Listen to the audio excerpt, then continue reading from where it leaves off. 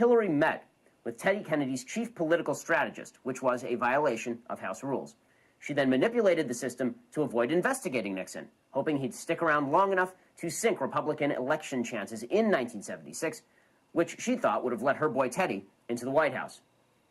According to the guy who shared office space with Hillary, his name was John Labovitz, Hillary gave, quote, erroneous legal opinions and tried to deny Nixon representation by counsel.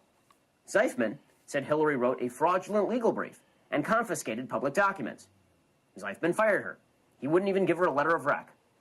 Zeifman later wrote a book stating that, quote, Hillary Clinton is ethically unfit to be either a senator or president. Now fast forward 20 years. Hillary's the first lady. There's a big search going on for a memo written by a former presidential aide regarding the firing of members of the White House Travel Office. There's a little thing called Travelgate. Well, this memo goes missing for 2 years. At the same time, documents regarding Hillary Clinton's work at the Rose Law Firm in Arkansas, specifically her work regarding a savings and loan company run by the Clintons' business partner in the Whitewater land venture, and they go missing for 2 years. Then, in January 1996, miraculously, they appear. The Rose Law Firm documents magically show up. A White House aide finds them. In the White House, of all places. In a storage area, in the third floor of the White House. In the private residence of the President and First Lady. And the long-lost memo, well, it just shows up a couple of days later. How miraculous. Hillary's lawyers said she had no idea the documents were there, except that the FBI found Hillary's fingerprints on the documents.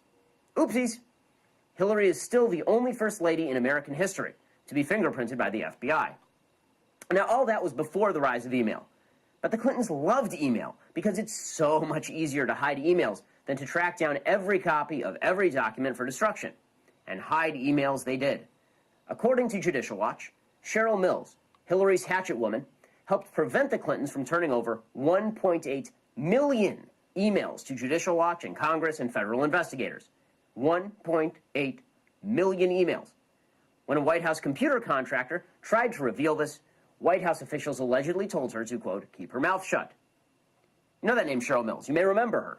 She ended up being in charge of document production for Hillary's State Department in the Benghazi investigation.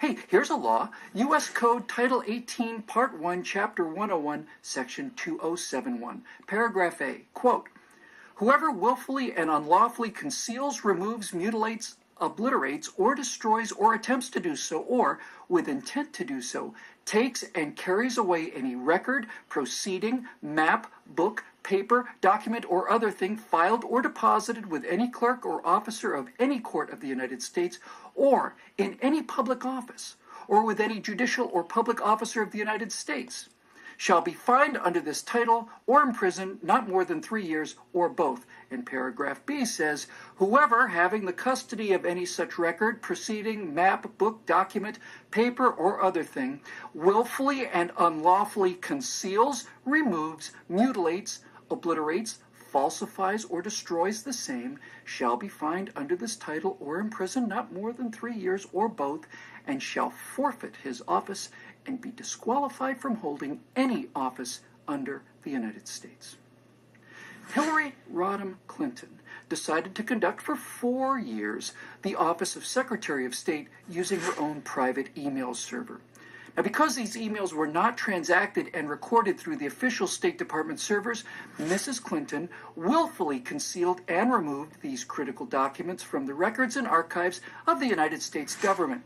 You can further argue that by electing not to have these records placed onto secure government servers, which, not only being secure, are routinely backed up and, most importantly, subject to Freedom of Information Act requests, that she has, by any reasonable interpretation, mutilated, obliterated, and destroyed these essential records, which belong not to Hillary Rodham Clinton, but rather to the Secretary of State of the United States of America and her employers, which would be the people of that nation.